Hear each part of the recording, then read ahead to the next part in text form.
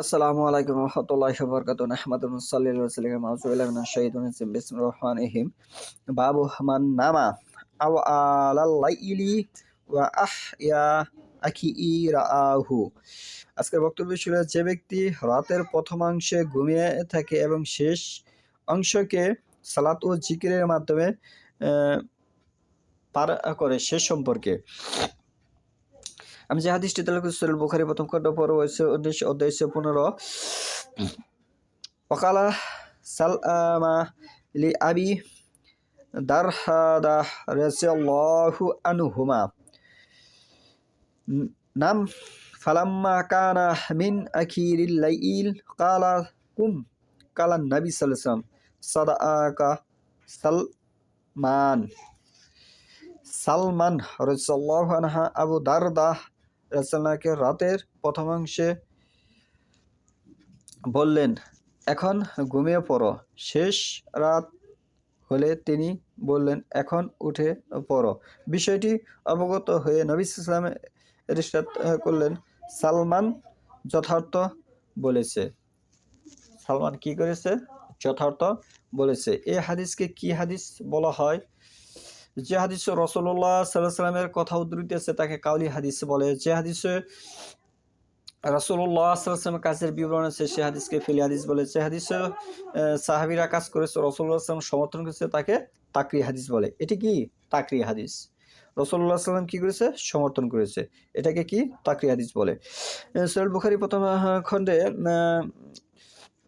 1146 নম্বর হাদিস আন আবি ইসহাক আনিল আসওয়াদ কালা সাআলতু আয়েশা রাদিয়াল্লাহু আনহা কাইফা কানাত সালাতুন নবী সাল্লাল্লাহু আলাইহি ওয়াসাল্লাম বিল-লাইলি ক্বালাত কানা ইয়ানামু আও আলাহু ওয়া ইয়াকুমু আখিরাহু ফায়ুসাল্লি সুম্মা ইয়ারজিউ ইলা ফিরাশিহি ফাইজা আযানাল মুআজ্জিনু ওয়াসসাবাআ ফাইন কানা বিহি হাসাতুন ইকতাসালাহ ওয়া ইল্লা তাওয়াজ্জা ওয়া খারাজা।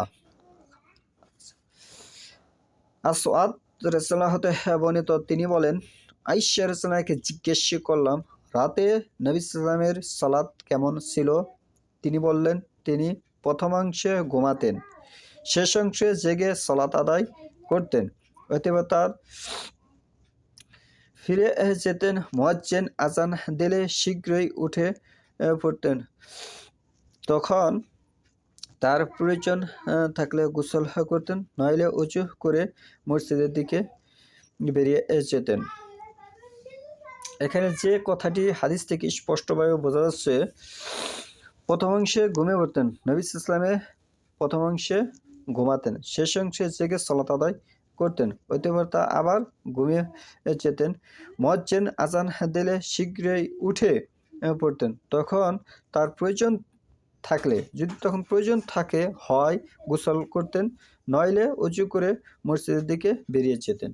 এই হাদিস থেকে স্পষ্ট বোঝা যাচ্ছে 1146 নম্বর হাদিস থেকে যে রাসূলুল্লাহ সাল্লাল্লাহু আলাইহি ওয়াসাল্লাম রাতের সালাতের যে নিয়মাবলী এখান থেকে স্পষ্টভাবে ফুটে উঠেছে। আসওয়াদ রাদিয়াল্লাহু হতে বর্ণিত তিনি বলেন, আয়েশা রাদিয়াল্লাহুকে জিজ্ঞেস করলাম। আয়েশা রাদিয়াল্লাহুকে কি করলো? তিনি জিজ্ঞেস করলাম রাতের নবী সাল্লাল্লাহু আলাইহি ওয়াসাল্লামের সালাত সম্পর্কে।